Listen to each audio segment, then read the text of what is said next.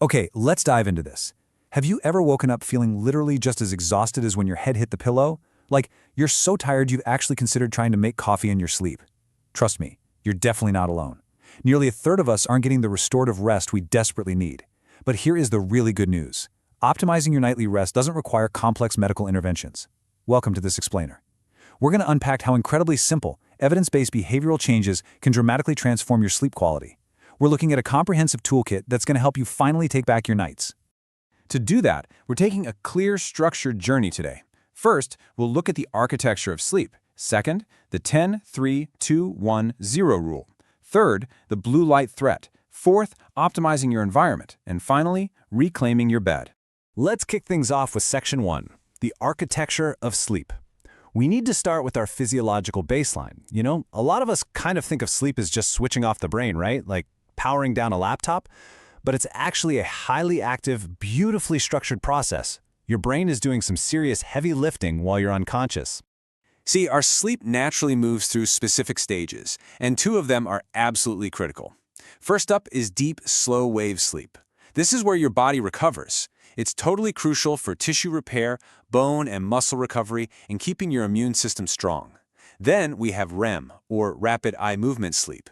REM is vital for your brain, specifically for memory consolidation and cognitive functioning. The daily behavioral changes we're about to dive into are specifically designed to protect these delicate slow-wave and REM stages from being disrupted. And that brings us to Section 2, the 10-3-2-1-0 sleep rule. And this brilliantly illustrates your chronological countdown to the perfect night's rest.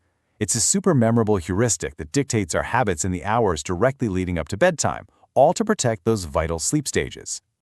Let's just walk through the countdown together.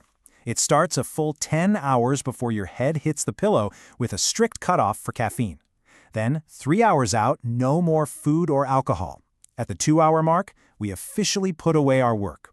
1 hour before bed, all screens are turned off. And finally, 0? Well, that represents the number of times you should hit the snooze button the next morning. Now, let's look at the actual science behind those first three numbers. Why 10 hours for caffeine?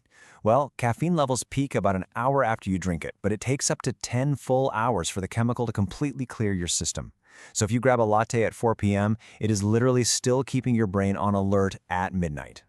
Moving to the 3-hour mark, eating late forces your digestive muscles to keep working instead of resting, and that actively disrupts your circadian rhythm and delays deep sleep.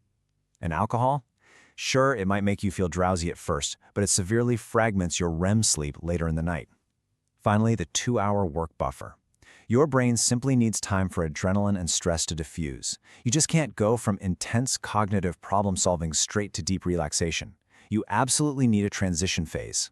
Which leads perfectly into Section 3, the blue light threat. This is the crucial 1-hour mark of our countdown. This is all about the ultimate modern sleep killer, screens. Those final 60 minutes before bed are the most critical for setting up your sleep architecture, and modern screen time just completely derails it. Just contrast the effects of reading a standard paperback versus reading on a tablet or an iPad. There was this fascinating Harvard Medical School study where they locked participants in a sleep lab for 2 weeks. When people read a printed book, they experienced normal sleep latency, which is just the time it takes to fall asleep, and normal hormone production. But when they used an e-reader, they took much longer to fall asleep, spent way less time in that vital deep sleep we talked about, and their internal body clock was significantly delayed. Unsurprisingly, their next-day alertness absolutely plummeted, giving them that familiar, heavy-eyed feeling we all dread.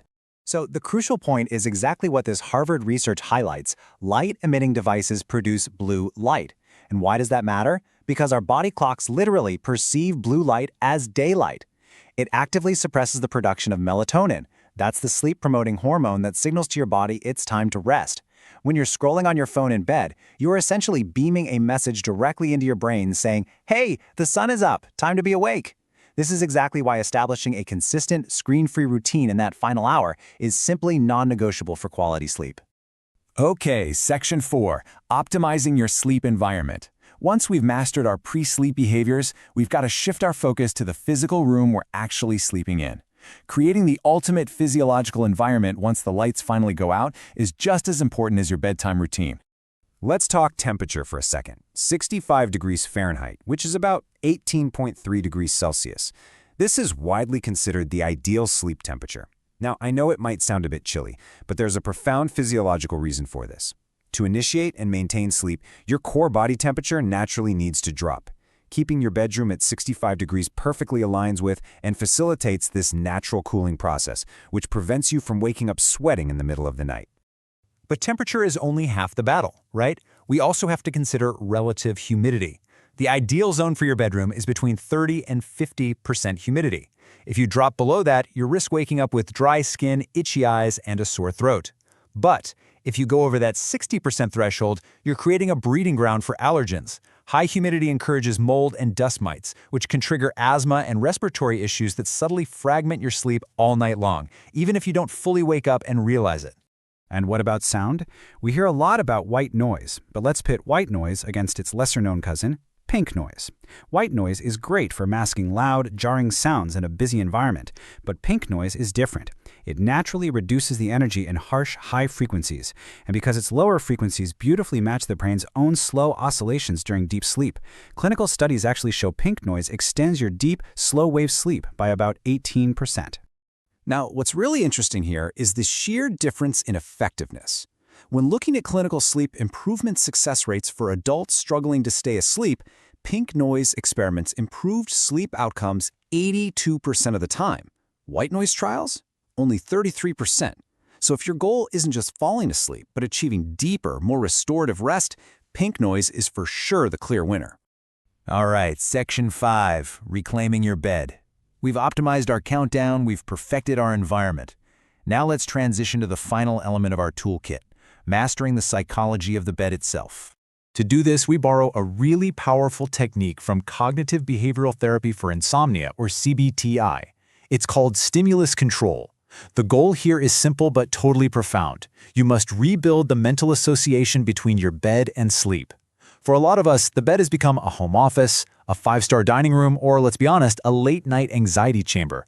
And when you do all these things in bed, your brain no longer associates the mattress with unconsciousness. So here are the incredibly practical steps to implement stimulus control. First, use the bed exclusively for sleep. No remote work, no stressing, no scrolling. Second, and this one is a real game changer, if you're awake in bed for 20 minutes, get out. Just go to another room, do a quiet, low-light activity like reading a printed book, and only return to bed when your eyelids are actually heavy. Lying awake in bed just trains your brain to be awake in bed. Finally, maintain a fixed wake time every single day. Consistent routines anchor your circadian rhythm. Waking up at the exact same time, weekends included, builds a strong, natural sleep drive for the following night. And that brings us right back to the final zero in our 10-3-2-1-0 countdown. Be honest with yourself for a second. Do you hit the snooze button? It kind of feels like you're giving your body a little gift of extra rest, right? Actually, it is the exact opposite. 0 snoozes is vital. See, the sleep you get just before waking up is usually your final REM stage. When your alarm goes off, you hit snooze, and you drift off again, you are basically tricking your brain into starting a whole new sleep cycle that it has 0 time to finish. Fragmenting this cycle completely ruins your restorative REM sleep. Worse, when that alarm jolts you awake a second or a third time, it triggers an unnecessary fight-or-flight heart rate response. Hitting snooze practically guarantees you're going to feel groggy for hours. Just set your alarm for the time you actually need to get up and step out of bed immediately. Let's move to how this all builds into one cohesive, actionable toolkit. To truly reclaim your rest, you have to hit this from 3 angles. Behaviorally, you implement the 10-3-2-1-0 rule to wind down smoothly and eliminate sleep disruptors like caffeine and blue light. Environmentally, you optimize your room to 65 degrees, keep the humidity balanced, and maybe introduce some pink noise to deepen your slow-wave sleep. And psychologically, use stimulus control and a strictly consistent waking routine to train your brain that the bed is solely a sanctuary for rest. Now, you definitely don't have to implement all of this perfectly on day one, but the science is super clear. Better sleep is a habit, not a happy accident. So I leave you with this question. Looking at the countdown, which step of the 10-3-2-1-0 rule will you conquer tonight to reclaim your rest? Choose just one, start tonight, and wake up better tomorrow.